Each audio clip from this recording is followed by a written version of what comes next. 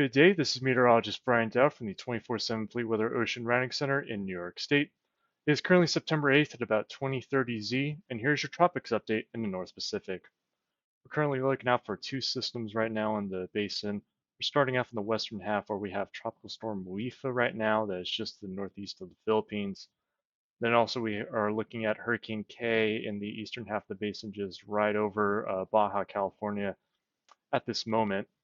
We're going to be starting off with the tropical storm Muifa right now. Here is a past satellite image that was taken about 8 UTC today.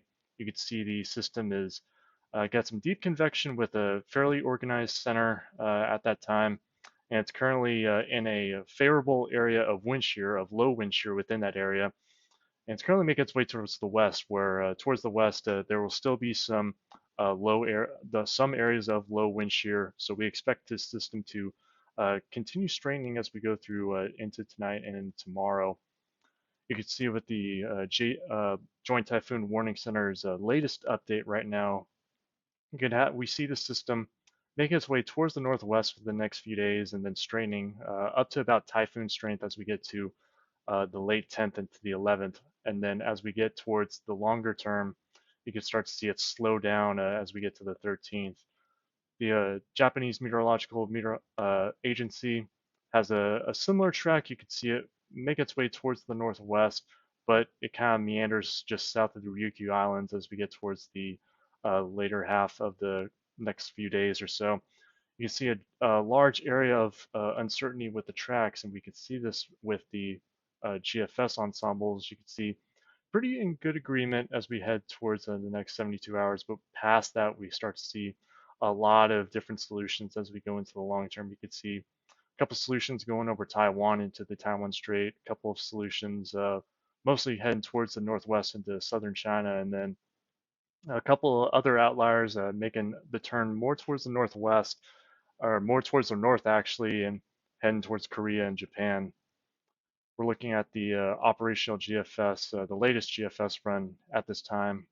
You can start to see by the 9th into the 10th that system straightening and reaching typhoon strength by about the 11th at that time. But we can see into the long term, we have another low system that develops just to the east of this, and this will interact with the system itself and kind of halt its path and have the system remain near stationary as we go into the long term into the beginning of next week. So we do anticipate this system to straighten as we go into the end of the week, but the long range track and intensity of the system is pretty uncertain, and we're going to be watching out for this system as well as this low pressure system in the days to come.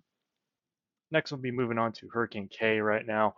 Making its, like I said, making its way over Baja California, a rather large system, but you can see the convection associated with the system is starting to decrease as it heads over to colder waters and grazes the land of the Baja California Peninsula. This is reflected in the National Hurricane Center's recent update. You can see really large wind field associated with this, but as we go into the end of the week, we start to see K turn into a tropical storm and then halts its northwest trajectory by Saturday, where it'll make the turn towards the south as we go into the beginning of next week. You can see this with the latest operational GFS run, the storm make its way up towards the northern part of Baja California, towards the vicinity of the Southern California metropolitan area. And then once we get towards um, the next week, we start to see that system pretty much dissipate as we get to Monday.